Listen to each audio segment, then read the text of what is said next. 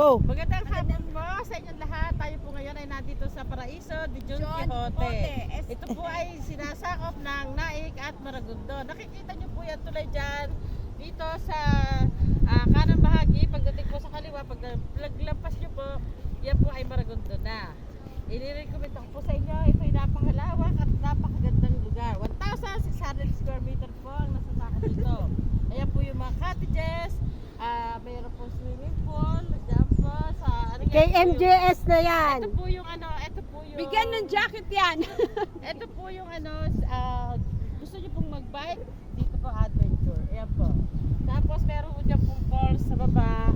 Tapos kung gusto niyo pong mag-body-body, ayan po yung, nakita niyo yung heart na yan. Ayan, pwede po kayo dyan. Diyan kayo magpa-picture. Tapos ano po, diyan po, meron po dyan mga ATV, rider. Tapos, ayan po, yung pong pagong na yun, dati po yung doon, nasa gitna na po yun, ay inaano po na doon po siya napapunta. Gumapang po siya mag-isa. Doon na lang po siya. Doon na po siya titira. MJS na yan. Ayan po, nakikita niyo po. Kaya, mga kabelt bag, tara na dito sa isang Paraiso de Don Quixote. Babaon lang kayo ng Paradaos dos. Sold na. Ayan, dyan ka baba. Pasinaraduhan, no?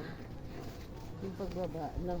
But ano ba siya dito? Stakeholder ba siya? Sino? Kakilala mo?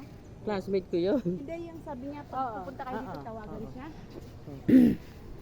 Boyet? Si Boyet. Si Ariel.